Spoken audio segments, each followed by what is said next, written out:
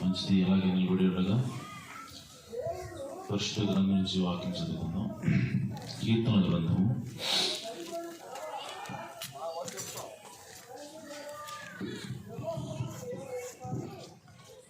46వ అధ్యాయము 1 నుండి 5 వచనం చదువుకుందాం.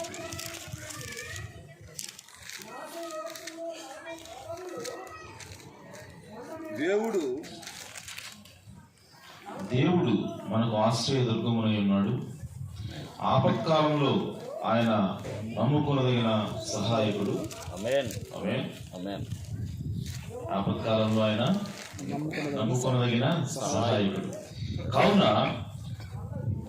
ఆయన నమ్ముకొనదగిన సహాయకుడు కాబట్టి భూమి మార్పును నడి సముద్రంలో పర్వతములు మునిగినను వాటి జలములు ఘోషించుచు నురుగు కట్టినను ఆ భూములకు పర్వతములు కదిలినను మనము భయపడము. ఆమేన్.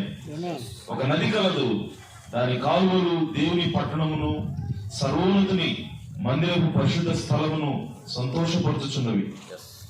దేవుడు ఆ పట్టణంలో ఉన్నాడు, దానికి చలనము లేదు. అరుణోదయమున దేవుడు దానికి సహాయం చేయుచున్నాడు. ఆమేన్. దేవుడు తన పరిశుద్ధ వాక్యములకు తన ఆశీస్సులు జోడు చేయనుగాక. ఆమేన్. అలాగే తల వచ్చి చిన్న ప్రార్థన చేసుకుంటాం. జీవము కలిగిన దేవ, సర్వోన్నతుడ, సర్వశక్తి గల తండ్రి, మా రక్షకుడా, మా విమోచకుడా, ఆపత్కాలమందు నమ్మకం దగ్గర మా సహాయకుడా, మీ కన్నాములకు స్తోత్రం. ప్రభువా, చదువుకున్న వాక్య భాగం నుంచి మీరు రంగం మీదకి రండి, మీరే మాట్లాడండి ప్రభువా. నిలబడి నేను కేవలం నిమిత్త మాత్రుడి తండ్రి. ఏం మాట్లాడాలో ఎలా మాట్లాడాలో నాకైతే తెలియదు తండ్రి. ఇక్కడున్న ప్రజలు వారి జీవితాలు, వారి పరిస్థితులు మీకు తెలుసు ప్రభువా. కనుక మీరే రంగం మీదకి రండి ప్రభువా. మీరే నాయన మా అందరితో నేరుగా మాట్లాడమని, ఈ సాయంకాల సమయంలో ఈ వాక్యం ధర్మమును ఆదరించమని, సహాయం చేయమని మా ప్రభువును రక్షకుడునైనా యేసుక్రీస్తు నామములో ప్రార్థించి వేడుకుంటున్నాను ప్రభు తండ్రి. ఆమేన్. Praise Lord. దయచేసి కూర్చోవచ్చు.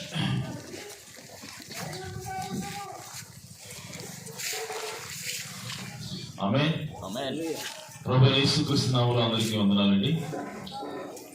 Praise Lord. చాలా మంచిది. మరి ఈ రాత్రికాల సమయంలో సమయం 9 అయింది.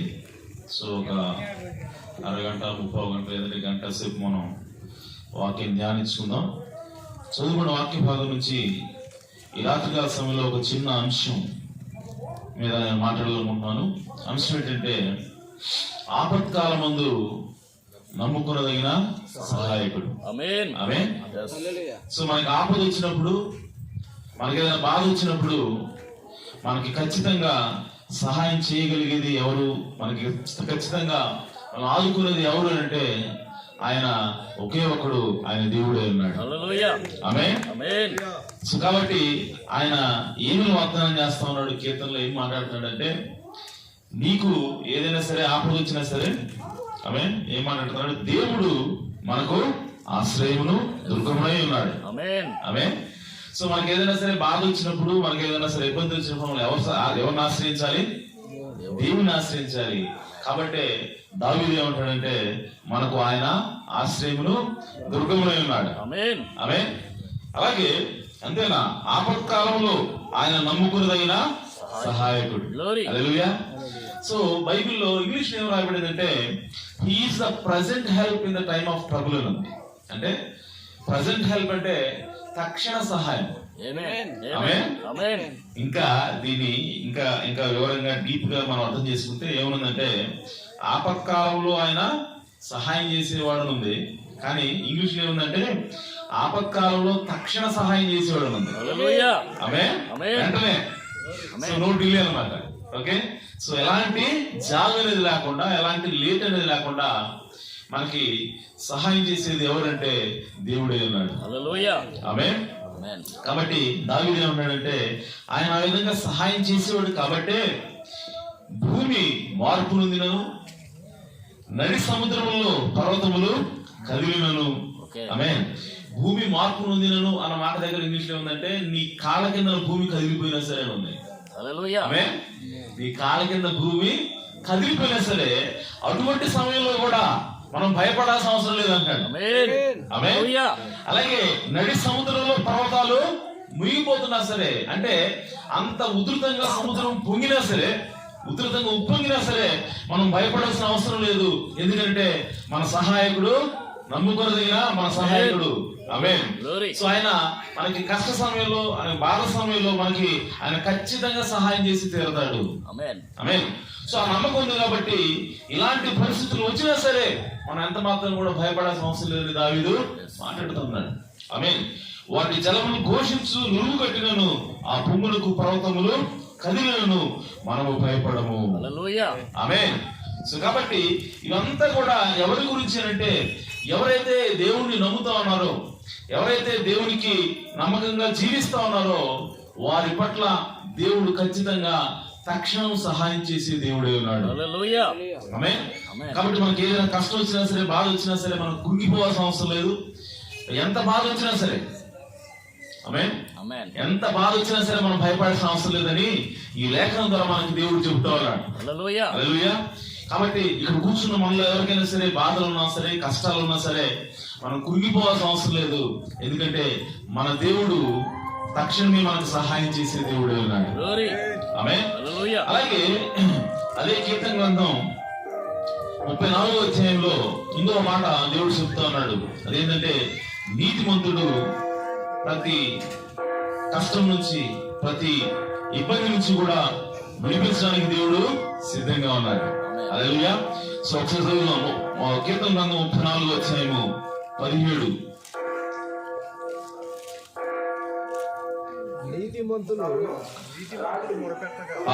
నీతిమంతులు మొరపెట్టగా యెహోవా ఆలకించును. హల్లెలూయా.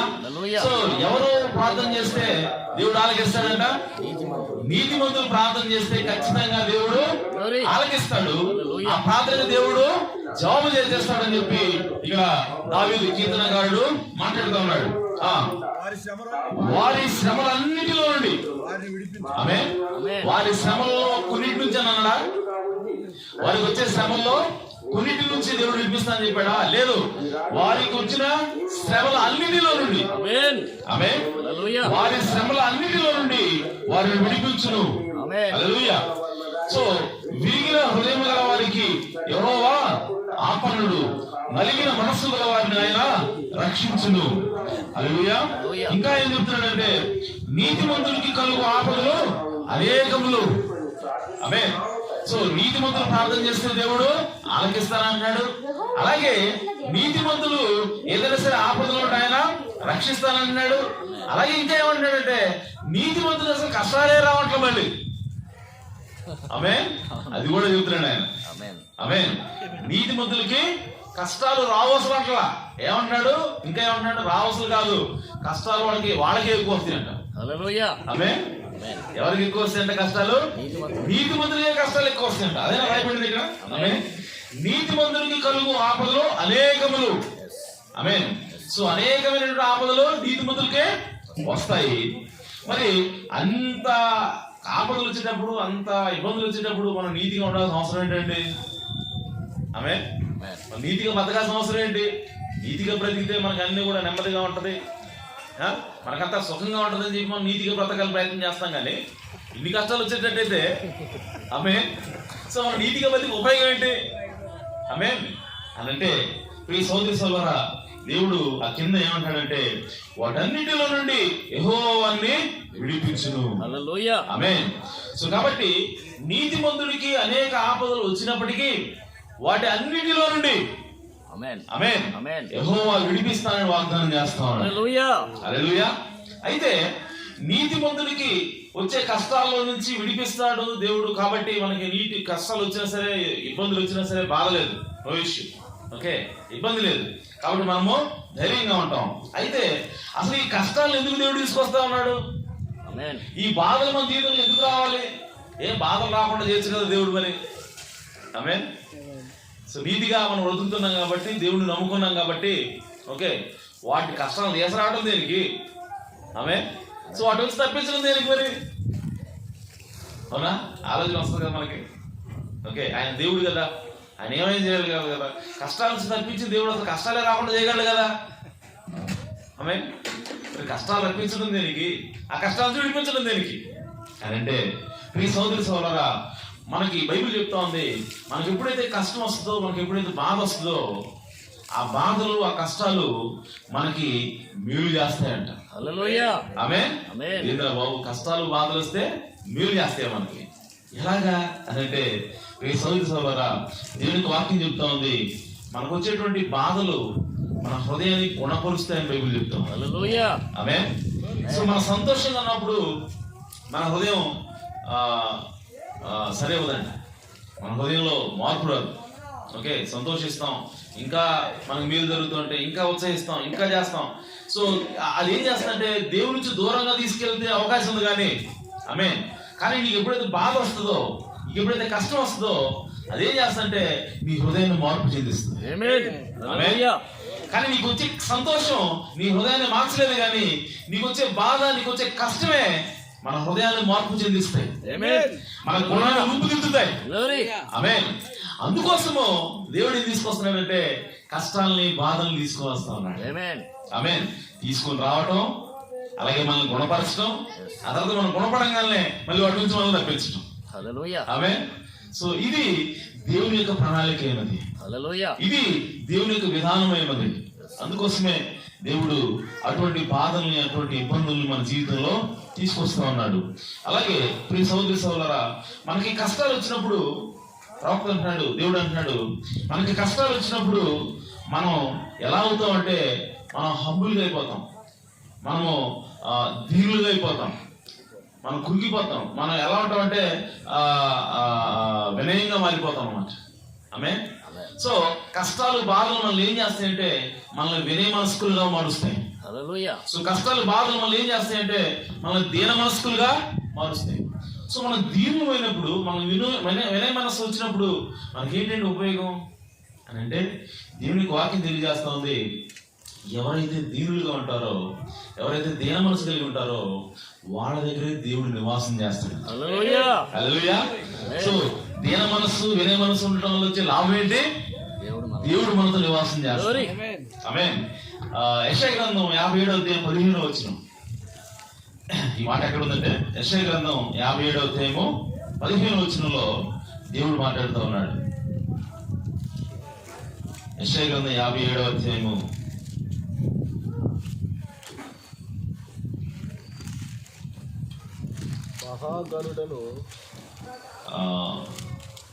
15 రైట్. మహాగణుడును, మహోన్నతుడును, పరిశుద్ధుడును, నిత్య నివాసి అయిన వాడు ఈలాగు సెలవిస్తున్నాడు. ఆమేన్. ఈయన ఎవరంట? మహాగణుడంట, అలాగే మహోన్నతుడంట, అంటే ఉన్నతమైన స్థలాల్లో నివాసం చేసేవాడంట. ఈయన ఘనుడంట, అలాగే ఈయన ఎవరంట? పరిశుద్ధుడంట. ఆమేన్. అలాగే ఈయన ఎవరంట? నిత్యము నివసించేవాడు. ఓకే, సో నిత్యము నివసించేవాడు, పరిశుద్ధుడు, మహోన్నతుడు, ఘనుడు అనేటువంటి ఈయన ఏమని సెలవిస్తా ఉన్నాడంట? నేను మహోన్నతమైన పరిశుద్ధ స్థలంలో నివసించేవాడును. ఆమేన్. ఈయన ఎక్కడ నివసిస్తాడంట? మహోన్నతమైన స్థలాల్లో. ఓకే, ఉన్నతమైన స్థలంలో కూడా కాదు, మహా ఉన్నతమైన స్థలాల్లో నివసించేవాడిని. అలాగే నేను ఎక్కడ నివసిస్తానంట? పరిశుద్ధ స్థలంలోనే నేను నివసిస్తా. హల్లెలూయా. సో నేను పరిశుద్ధ స్థలంలో నివసించేవాడిని, మహోన్నతమైన స్థలంలో నివసించేవాడిని. ఈయన ఇంకా ఏమంటాడంట? అయినను. ఆమేన్. సో అక్కడ నివసిస్తాను, నేను పరిశుద్ధ స్థలంలో నివసిస్తాను, అయినప్పటికీ నేను ఇంకొక చోట కూడా నివసిస్తాను అంటాడు. ఆమేన్. ఇంకో చోట ఎక్కడంట? పరిశుద్ధ స్థలంలోనే కాదు, మహోన్నత స్థలంలోనే కాదు, ఇంకో చోట కూడా నివసిస్తాడంట. ఎక్కడ అనంటే దేవుని వాక్యం చెబుతుంది, ఆయనను వినయము గల వారి ప్రాణమును ఉజ్జీవింపజేయుటకును. ఎవరి ప్రాణము? వినయం గలవారు. ఆమేన్.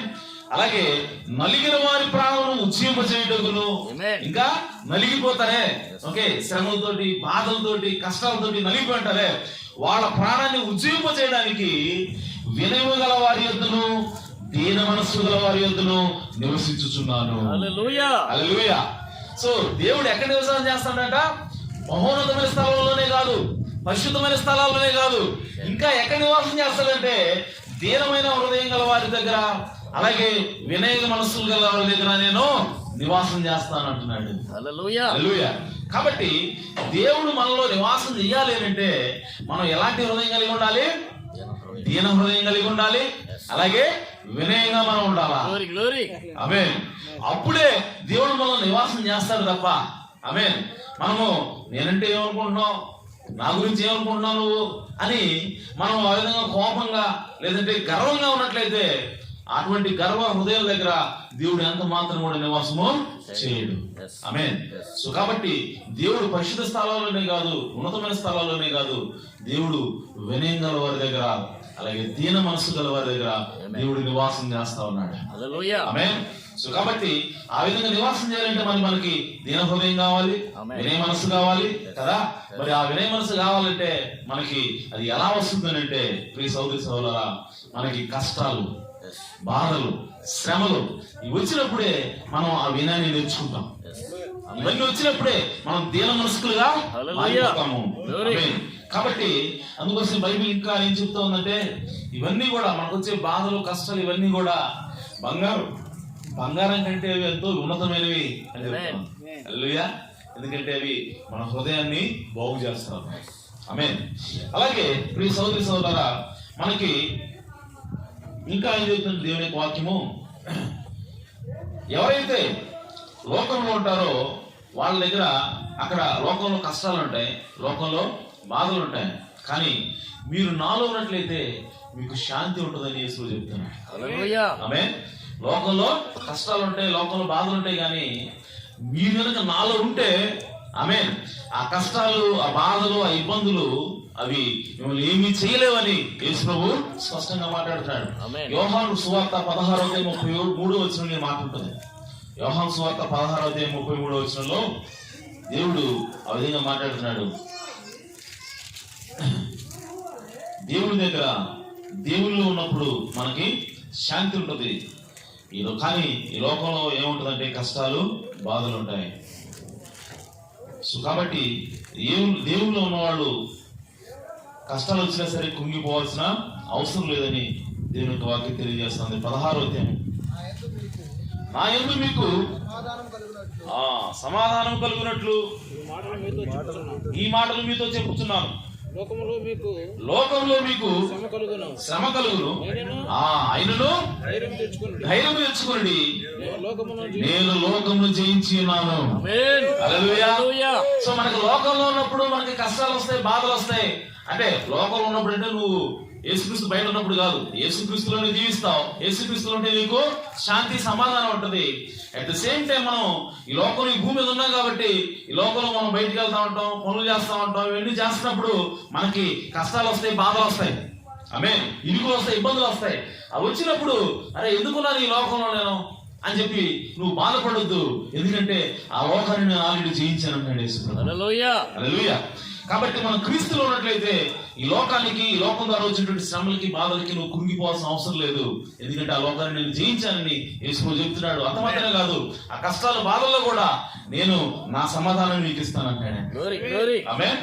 సో కాబట్టి ఆ విధంగా మనం క్రీస్తులో ఉన్నప్పుడు ఈ కష్టాలను, బాధలను జయించడానికి మనకి దేవుడే శక్తినిస్తాడు. హల్లెలూయా.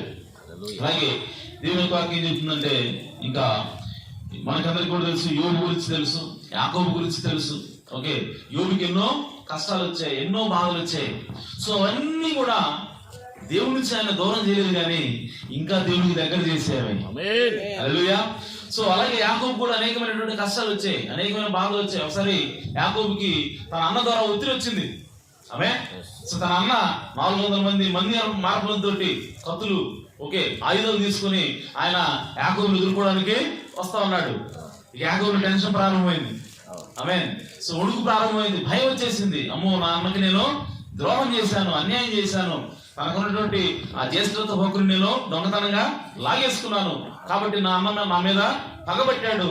సో ఇప్పుడు నన్ను చంపడానికి ఆయన వస్తా ఉన్నాడు, కాబట్టి నేనేం చేయాలని చెప్పి యాకోబు భయంతో ఏం చేశాడంటే దేవుడి దగ్గరికి వెళ్ళాడు. హల్లెలూయా. హల్లెలూయా. సో కష్టం ఎప్పుడైతే వస్తుందో ఓకే మనందరం ఏం చేస్తామంటే ఆటోమేటిక్ గా దేవుడి దగ్గరికి వెళ్ళాలా. ఆమేన్. ఆమేన్. సో దేవుడి దగ్గర వెళ్ళినప్పుడు యాకోబు ఏం చేస్తా ఉన్నాడంటే దేవుడితోనే పిలుగులాడుతా ఉన్నాడు. హల్లెలూయా. ఆమేన్.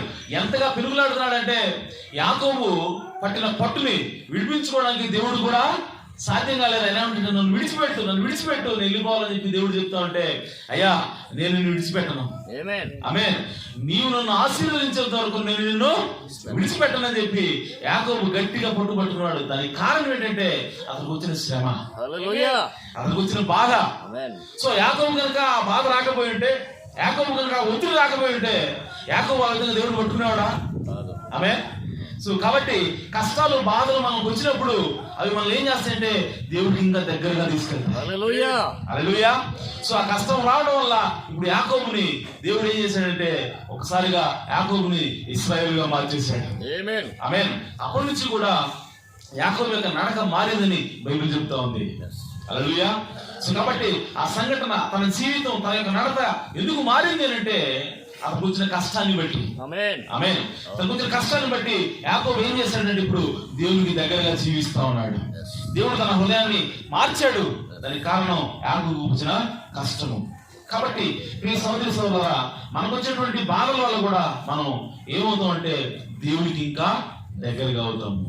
కాబట్టి మనకు వచ్చే కష్టాలను బట్టి బాధలు బట్టి మనము దిగులు పడాల్సిన అవసరం లేదు, బాధపడాల్సిన అవసరం లేదు. ఇంకో విషయం ఏంటంటే మనకు వచ్చే ప్రతి కష్టం కూడా దేవుడికి తెలుసు. ఆమేన్. ఆయన సమస్తం ఎరిగినవాడు కాబట్టి, ఆయన సమస్తం చూస్తున్నవాడు కాబట్టి మనకు వచ్చే కష్టాలు బాధలు అయ్యో నాకు వచ్చిన బాధలు ఈ కష్టాలు ఇవన్నీ కూడా దేవుడు చూడట్లేదేమో, లేదంటే ఇంత శ్రమ నా మీద తీసుకొస్తాడని చెప్పి మనకు అనిపించవచ్చు. ఆమేన్. అయినప్పటికీ దేవుడు చూస్తూనే ఉన్నాడు. ఆమేన్. సో ఆయన ఒకనొక సమయంలో ఆయన తగిన సమయంలో మన దగ్గరకు వచ్చి మనకి సహాయం చేసి ఆ కష్టాల నుంచి మనం విడిపించి ఆమేన్ మనకి మేలు చేయడానికి ఆయన చూస్తా ఉన్నాడు. కాబట్టి మనం భయపడాల్సిన అవసరం లేదు, బాధపడాల్సిన అవసరం లేదు. ఓకే. సో ఆయన ఇంకా బైబిల్ చెప్తుంది he is a strength in the time of trouble. సమస్య వచ్చినప్పుడు, బాధ వచ్చినప్పుడు దేవుడే మన శక్తి ఉన్నాడు. ఆమేన్. సో మన కష్టాన్ని తట్టుకోవడానికి శక్తి ఎక్కడి నుంచి వస్తుందంట? దేవుడి దగ్గర నుంచి వస్తుందంట. హల్లెలూయా. ఎందుకంటే ఆ కష్టాలు బాధలు తీసుకొస్తుంది ఆయనే కాబట్టి, ఆయన మన మేలు కోసం తీసుకొస్తాడు కాబట్టి దాన్ని తట్టుకునే శక్తి కూడా దేవుడే ఇస్తాడు. ఆమేన్. కాబట్టి మనం తట్టుకొని నిలబడగలిగేంత శ్రమలను మనం తీసుకొస్తాడు తప్ప. ఆమేన్. సో మనం తట్టుకోలేంత శ్రమలు ఆయన తీసుకురాడని బైబిల్ చెప్తా ఉంది. ఆయన నమ్మదగినవాడు కాబట్టి మీరు ఎంతవరకు భరించగలరో అంతవరకు ఆయన శ్రమని తీసుకొని వస్తాడు తప్ప మీ మీదకి మీరు భరించలేనంత శ్రమను ఆయన ఎప్పుడు కూడా మన మీదకి తీసుకురాడని బైబిల్ చెప్తా ఉంది.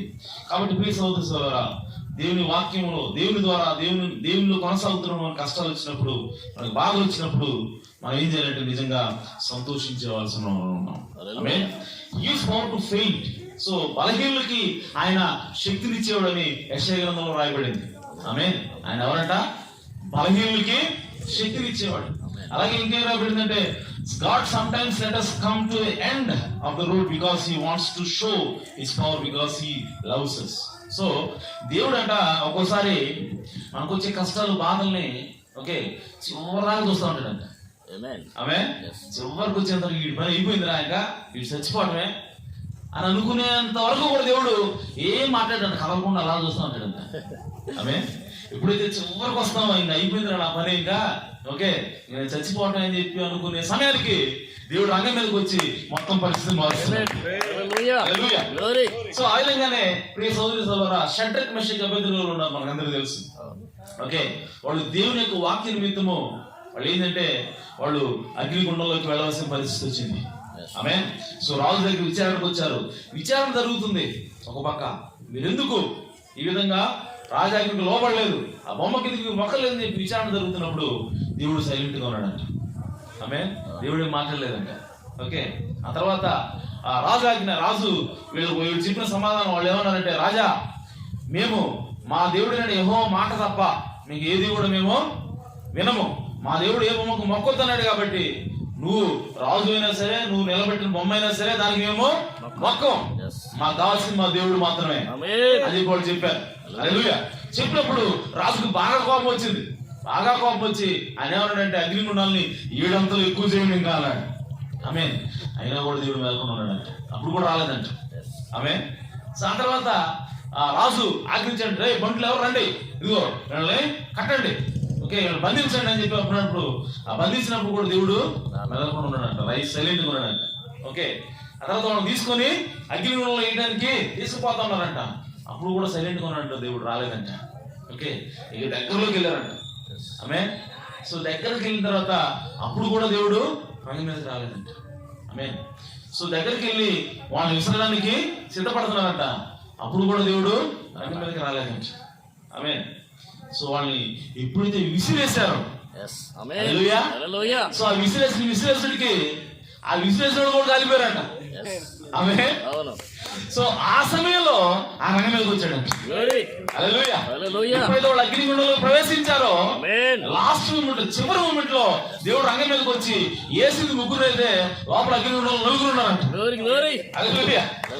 దేవుడే స్వయంగా 4వ వ్యక్తిగా అగ్నిగుండంలోకి దిగి వచ్చి లాస్ట్ మూమెంట్ లో ఆయన ఏం చేశాడంటే అగ్నిగుండంలో ఉన్నటువంటి హీట్ అంతటిని కూడా, వేడి అంతా కూడా లాగేశాడంట. ఆమె లాగేసి వాళ్ళ యొక్క చొక్కాలు కానీ వాళ్ళ యొక్క తల వెంట్రుకలు కూడా వాళ్ళు మాడిపోలేదంట. తల వెంట్రుకలు కూడా కాలలేదు. ఆమె కనీసం వాళ్ళకి మాడిన వాసన కూడా చొక్కాలు కొనట్లేదంట కనీసం. ఆమె సో ఆ విధంగా దేవుడు చివరి క్షణంలోకి వచ్చి దేవుడు వాళ్ళకి రక్షించాడు. ఆమె సో ఎందుకు ఆ విధంగా చేస్తున్నాడు? ముందే రావచ్చు కదా, వాళ్ళ దగ్గరికి విచారణ జరుగుతున్నప్పుడే రావచ్చు కదా అని అంటే, ప్రియ సోదర సోదరులారా, దేవుడు ఎప్పుడు కూడా మనల్ని పరీక్షించాలని చూస్తూ ఉంటాడు. మన విశ్వాసాలు ఎప్పుడు కూడా పరీక్షించాలని కోరుకుంటాడు. హల్లెలూయా. సో 100 సంవత్సరాల దాకా ఎందుకున్నాడు పిల్లలు లేకుండా అబ్రాహాంకి? ఆమేన్. ఎప్పుడో 40 ఏళ్ళు ఇప్పుడే పెళ్ళైన సంవత్సరానికి ఇవ్వచ్చు కదా. ఎందుకు 100 సంవత్సరాల దాకా వెయిట్ చేశాడు? ఓకే వాళ్ళిద్దరూ పోనీ ముసలోళ్ళు కాకుండా కొంచెం మధ్య వయస్సులో ఉన్నప్పుడు అన్నవచ్చు కదా. మరి ముసలోళ్ళు అయిపోయారంట వాళ్ళు. ఆమె అబ్రహాము శారాలు వాళ్ళ యొక్క శరీరాలు మృతతుల్యం అయిపోయారు. వాళ్ళు ముసలోళ్ళు అయిపోయారంట. శారా గర్భం మృతతుల్యం అయిపోయింది, బైబిల్ రాయబడింది. ఆమె సో అంటే పిల్లలు కనడానికి ఎంత మాత్రం కూడా రవ్వంత కూడా అవకాశం లేదంట. ఆమేన్. అప్పుడు వచ్చాడు దేవుడు. వచ్చి అక్కడ ఉన్న పరిస్థితి అంతా కూడా మార్చేసి అబ్రహాము శారాలకి బిడ్డనిచ్చాడు దేవుడు. ఆమేన్. సో దేవుడు ఎప్పుడు కూడా చివరి మూమెంట్ వరకు మనల్ని పరీక్షిస్తూ ఉంటాడు. ఆమేన్. ఎందుకంటే ఇంతదాకా వచ్చాడు కదా, ఏం చేస్తాడు, ఎలా మాట్లాడతాడు, ఇంత ఉత్తరిస్తుంది కదా, ఇప్పుడు నన్ను నమ్ముతాడా లేదా, ఇంకా స్టిల్ నమ్ముతాడా లేదా అని చెప్పి దేవుడు ఎల్లప్పుడూ కూడా మన విశ్వాసాన్ని పరీక్షిస్తూ ఉంటాడు. హల్లెలూయా. అయితే చివరి వరకు కూడా మన విశ్వాసాన్ని అలాగే పట్టుకొని ఉన్నప్పుడు దేవుడు చివరి క్షణంలో రంగం మీదకి వచ్చి మనకు సహాయం చేస్తాడు ఆయన. ఆమేన్. కాబట్టి ప్రియ సోదరి సోదరులారా, దేవుడు ఎప్పుడు కూడా మనల్ని పరీక్షించాలని చూస్తూ ఉంటాడు. అలాగే ఈ బాధలు, ఈ కష్టాలు, వీటి వలన హల్లెలూయా, ఈ బాధలు ఈ కష్టాల వలన మనకి ఏమొస్తుందంటే మనం విధేయతను నేర్చుకుంటా ఉంటాం. ఓకే ఇందా చెప్పాను కదా, కష్టాలు బాధలు ఎందుకు తీసుకొస్తున్నాడు దేవుడు, మళ్ళీ వాటి నుంచి ఎందుకు తప్పిస్తున్నాడు అంటే, ఓకే సో తప్పించే కాడికి అసలు రాకుండా చేయొచ్చు కదా అని అంటే, ఆయన ఆ కష్టాలు బాధలు ఎందుకు తీసుకొస్తున్నాడంటే మనకి విధేయతను నేర్పించడం కోసం. హల్లెలూయా. అలాగే ప్రియ సోదరి సోదరులారా, యేసుక్రీస్తు కూడా అంటే స్వయంగా దేవుడే ఆమేన్ కష్టాల ద్వారా బాధల ద్వారా విధేయతను నేర్చుకున్నాడంట. ఆమేన్. బైబిల్ లో రాయబడింది అన్నమాట. హెబ్రీయులకు రాసిన పత్రిక 5వ అధ్యాయం 8వ వచనంలో ఆ మాట ఉంది. హెబ్రీయులకు రాసిన పత్రిక 5వ అధ్యాయము 8వ వచనం,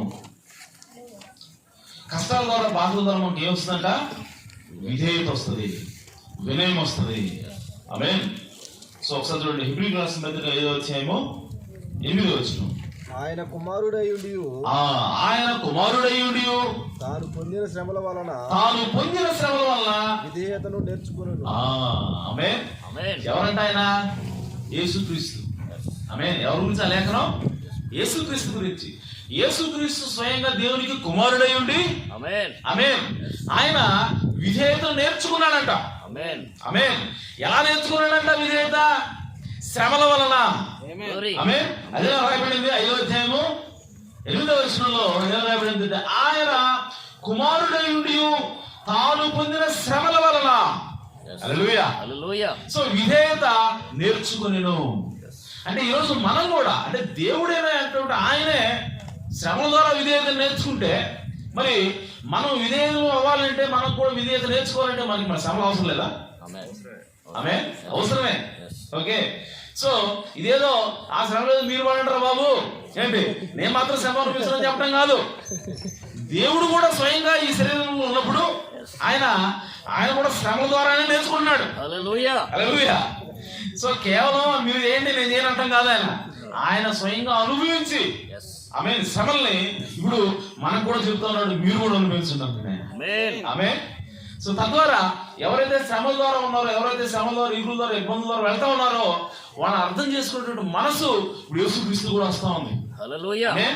శ్రమ వస్తే ఎలా ఉంటది, మన యొక్క మనసు ఎలా ఆలోచిస్తుంది, ఒక ఇబ్బంది వచ్చినప్పుడు, ఒత్తిడి వచ్చినప్పుడు ఒక మనుషుడు ఏ విధంగా ఆలోచిస్తాడు, ఇవన్నీ కూడా తెలియని దేవుడు కాదు మన దేవుడు.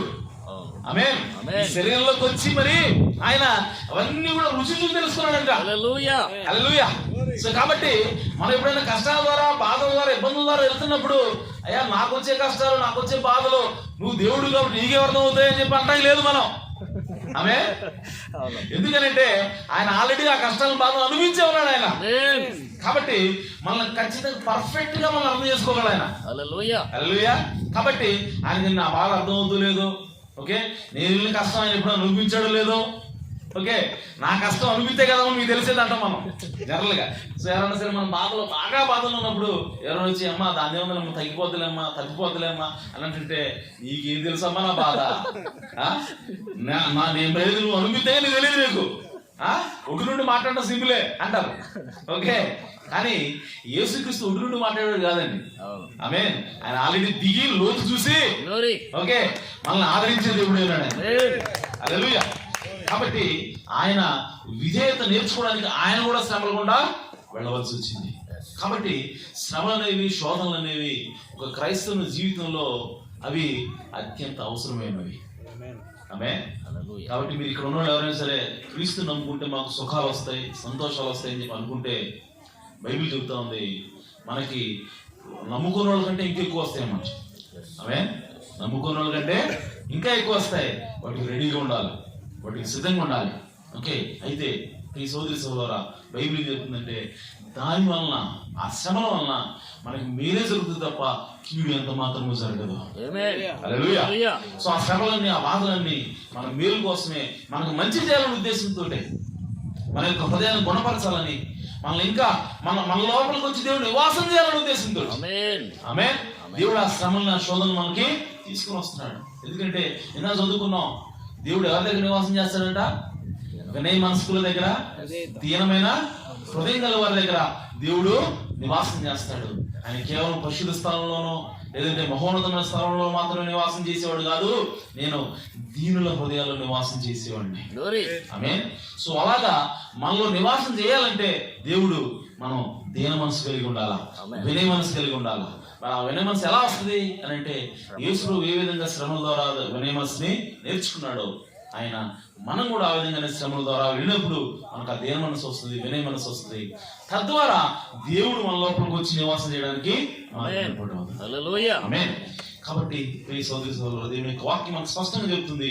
అవన్నీ కూడా మనకి ఏం చేస్తాయంటే మన యొక్క క్యారెక్టర్ని, మన యొక్క గుణాన్ని మలిచేవి ఏమిటంటే శ్రమలు, శోధనలు. హల్లెలూయా. So by sadness heart is made better. Ecclesiastes 7:3. So దాన్ని తెలుగులో ఉంటారు. సో దుఃఖంతో ఉన్నప్పుడు, మన హృదయము దుఃఖంతో ఉన్నప్పుడు ఆ హృదయము మార్పు చెందుతుందంట. ఆమేన్ అని బైబిల్ చెప్తా ఉంది. అలాగే ప్రియ సోదరి సోదరులారా, ఇంకా బైబిల్ ఏం చెప్తుందంటే, trial of your faith precious than gold. So మన విశ్వాసానికి వచ్చే పరీక్ష అంట, అది బంగారం కంటే కూడా మేలైనది, విలువైనది. అది 1 Peter 1:7 ఉంటుంది. మనకు వచ్చేటువంటి బాధలు, మనకు వచ్చే శ్రమలు, మన విశ్వాసానికి పరీక్ష వస్తాయి ఒక్కోసారి. ఓకే, అవన్నీ కూడా మనకి గోల్డ్ కంటే కూడా, బంగారం కంటే కూడా శ్రేష్టమైనవి. ఎందుకంటే అవి మనల్ని, మన గుణాన్ని మలుస్తాయి. ఓకే, మనల్ని మంచివాళ్ళుగా, మనల్ని దేవుని యొక్క ఈ క్రీస్తు యొక్క స్వరూపులుగా మలుస్తాయి. కాబట్టి అవి బంగారం కంటే కూడా కోరదగినవి, బంగారం కంటే కూడా అవి ఉన్నతమైనవి దేవుని యొక్క వాక్యం తెలియజేస్తా ఉంది. హల్లెలూయా. సో యోబు అంటున్నాడు, నేను శుద్ధి చేయబడిన తర్వాత, నేను పుటం వేయబడిన తర్వాత నేను శుద్ధమైన బంగారం వల్ల బయటకు వస్తానంటాడు ఆయన. యోబు ఏమంటున్నాడు, శ్రమల్లో నేను పుటం వేయబడిన తర్వాత, శ్రమలైనటువంటి కురిలో కాలిన తర్వాత నేను బయటికి ఎలా వస్తానంటే శుద్ధ సువర్ణంగా బయటకు వస్తాను. ఆమేన్. సో శ్రమలు శోధన వల్ల ఏం చేస్తాయంటే మనలో ఉన్నటువంటి ఆ మలినాల్ని, మనలో ఉన్నటువంటి ఆ లోకాన్ని, మనలో ఉన్నటువంటి ఆ అవిశ్వాసాన్ని, మనలో ఉన్నటువంటి అవిధేయతని, ఇటన్నీ కూడా ఆ మస్టు, ఆ మలినం అదంతా కూడా తీసివేసి మనల్ని శుద్ధమైనటువంటి బంగారంగా మారుస్తాయి. హల్లెలూయా. సో మీరు ఎప్పుడైనా సరే బంగారాన్ని శుద్ధి చేసే ప్రక్రియను మీరు గమనిస్తే అక్కడ ఏముంటుందంటే బంగారాన్ని కొలివులు పెట్టి కలుస్తూ ఉంటారు. ఓకే, సో కాలుస్తున్నప్పుడు ఆ బంగారం ఆ మంటకి ఏమవుతుందంటే అది కరుగుతూ ఉంటుంది. ఆ మంటకి ఏం చేస్తుందంటే అందులో ఉన్నటువంటి ఆ మట్టి, అందులో ఉన్నటువంటి మలినాలు ఇవన్నీ కూడా ఏం చేస్తూ ఉంటాయి, ఆ శుద్ధి పెట్టి కొడతా ఉన్నప్పుడు అవన్నీ కూడా బయటికి వెళ్ళిపోతూ ఉంటాయి. ఆమేన్. సో కొలిమి పెట్టి కాలుస్తూ ఉంటారు, ఒక పక్క దాన్ని శుద్ధి పెట్టి కొడతా ఉంటారు. సో కొడుతున్నప్పుడు ఆ మట్టి, ఆ మలినం అంతా కూడా అది బయటికి వెళ్ళిపోయి చివరికి అది శుద్ధమైనటువంటి సువర్ణంగా మారిపోతుంది. ఆమేన్. అది శుద్ధమైనది అని ఎప్పుడు తెలుస్తుందంటే ఈ సోదరి సోదరా, ఎవరైతే కొడుతున్నారో ఆ వ్యక్తి యొక్క ప్రతిబింబం ఆ బంగారంలో కనపడుతుందంట. ఆమేన్. ఒక అర్థంలాగా ఆ ప్రతిబింబం అనేది చూపిస్తా ఉంటదంట. అప్పుడు వాళ్ళు అర్థం చేసుకుంటారు, ఓకే ఇప్పుడు ఇది ఇందులో ఉన్న మట్టి అంతా కూడా, మలినంతా కూడా వెళ్ళిపోయింది, ఇది ఇప్పుడు శుద్ధి చేయబడింది, కాబట్టి దీన్ని తీసుకుని వాడుకలో ఉంచుకోవచ్చు అని చెప్పి అప్పుడు దాన్ని కొలు నుంచి బయటికి తీస్తాను. అలాగే ఈ సోదరి సోదరా, మనలో కూడా దేవుడు ఈ కొలిమి, శ్రమలైనటువంటి కొలిమిని పెట్టి దేవుడు కొడతా ఉంటాడు. ఓకే, ఎంతవరకు కొడతాడంటే క్రీస్తు స్వరూపంలోకి వచ్చేంత వరకు కొడతాడు. హల్లెలూయా. క్రీస్తు యొక్క ప్రతిబింబం మనలో కనపడేంత వరకు కూడా ఆయన శ్రమల ద్వారా, శోధన ద్వారా మనల్ని కొడతా ఉన్నప్పుడు ఈ సోదరి సోదరు ఏం తీసుకొస్తుంటే మనకి క్రీస్తు స్వరూపాన్ని తీసుకొని వస్తుంది. మనం క్రీస్తులాగా మారిపోతాం. ఓకే, సో కాబట్టి మనకి శ్రమలు అనేవి ఖచ్చితంగా ఒక క్రైస్తవునికి అవసరం అని దేవుని యొక్క వాక్యము తెలియజేస్తా ఉంది. కాబట్టి ఇంకా చివరికి ఒక మాట చెప్పి నేను ముగిస్తాను. దేవుని వాక్యం ఏం చెప్తుందంటే afflictions are good that may learn God's statutes. కీర్తన గ్రంథం 119వ అధ్యాయం 71వ వచనంలో దావీదు అంటున్నాడు, బాధలు అనేవి దేవుని యొక్క కట్టడంలో నేర్చుకునేలాగా చేస్తాయంటవి. ఆమె శ్రమలు బాధలు వచ్చినప్పుడు ఏం చేస్తాయంటే అవి దేవుని కట్టడలను మనము నేర్చుకునేలాగా అవి చేస్తాయి. అలాగే దేవునికి వాక్యం ఏం చెప్తా ఉందంటే చివరిగా దేవుడికి అంటే నీతిమంతులకి కలుగు ఆపదలు అనేకమైన సరే వాటి నుంచి తప్పిస్తానని దేవుడు చెప్తా ఉన్నాడు.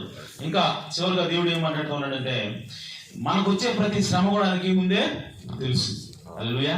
ఇంకా బైబిల్ ఏం చెప్తా ఉందంటే నీతిమంతులకు మేలు కలిగినట్లుగా సమస్తము కూడా సమకూడి జరుగుతూ ఉన్నాయి. హల్లెలూయా. సో ఈ లోకంలో నువ్వు నీతిమంతుడు అయినట్లయితే, ఓకే, నువ్వు నీతిమంతుడు అయినట్లయితే నీకు నీ జీవితంలో జరిగే ప్రతిదీ కూడా ఓకే నీకు మేలు చేయడం కోసమే అవి జరుగుతున్నాయని దేవునికి వాక్యం తెలియజేస్తా ఉంది. ఓకే, నీకు మేలు జరిగినా, నీకు కీడు జరిగినా, నీకు నష్టం వచ్చినా, నీకు కష్టం వచ్చినా అవన్నీ కూడా దేనికోసం అంటే నీకు మేలు చేసే వాళ్ళ కోసం. హల్లెలూయా. సో దేవుని బిడ్డల కోసం అవన్నీ కూడా సమస్తము సమకూడి మేలు కొరకు జరుగుతున్నాయని దేవునికి వాక్యము తెలియజేస్తా ఉంది. కాబట్టి మనం యేసుక్రీస్తులో ఉన్నప్పుడు, మనం దేవుళ్ళకి వచ్చినప్పుడు మనకి దేవుడు ఏం చేస్తా ఉన్నాడంటే మన మేలు కోసం సమస్తాన్ని కూడా సమకూర్చి జరిగించే దేవుడు అయినాడు. కాబట్టి ఈ సోదరి సోదరులారా, మనము దేవుని యొక్క ఎన్నికలోకి, దేవుని యొక్క రాజ్యంలోకి, దేవుని యొక్క మరి శరీరంలోకి మనం రావాలి, దేవుని యొక్క రాజ్యంలోకి మనం రావాలి. అప్పుడు దేవుని యొక్క రక్తంతో మనం కడగబడినప్పుడు మనం నీతిమంతులుగా ఉంటాము. ఆ నీతిమంతులకు వచ్చేటువంటి శ్రమలు అనేకమైనప్పటికీ వాటన్నింటి నుంచి కూడా తప్పించడానికి దేవుడు మనకి బాధ్యత తీసుకుంటాడు. కాబట్టి మన శ్రమ నుంచి మనం బయటికి రావాలంటే, మనకు వచ్చే కష్టాల నుంచి మనం నేర్చుకోవాలంటే, మనకు వచ్చే బాధల్లో మనకి అవి మేలుకరంగా మారాలంటే మనం ఎక్కడ ఉండాలంటే మనం క్రీస్తులో ఉండాలి. హల్లెలూయా. సో క్రీస్తులు ఎవరైతే ఉంటారో వాళ్ళు నీతిమంతులై ఉన్నారు. వాళ్ళకి వచ్చే ప్రతి కష్టం నుంచి కూడా నేను తప్పిస్తానని దేవుడు వాగ్దానం చేశాడు. ఒకవేళ నువ్వు క్రీస్తులో బయట ఉన్నావా, నీకు వచ్చే కష్టాలతో దేవుడికి ఎలాంటి సంబంధం ఉండదు. నీకు వచ్చే కష్టము ఈ రోజు రావచ్చు, ఒకవేళ అది పోకపోవచ్చు. ఆమేన్. కానీ నువ్వు క్రీస్తులో ఉన్నావా, ఆమేన్. సో నీకు వచ్చే ప్రతి కష్టాన్ని కూడా తీసివేస్తానని దేవుడు ఆల్రెడీ వాగ్దానం చేశాడు. కాబట్టి మనం త్వరపడదాం. ఎవరైనా సరే క్రీస్తులు రాకపోతే మనం క్రీస్తులోకి వద్దాం, క్రీస్తు రక్తం చేత కడగబడదాం, నీతిమంతులుగా మారదాం. దేవుడు మనందరినీ కూడా సమృద్ధిగా దీవించును గాక. ఆమేన్.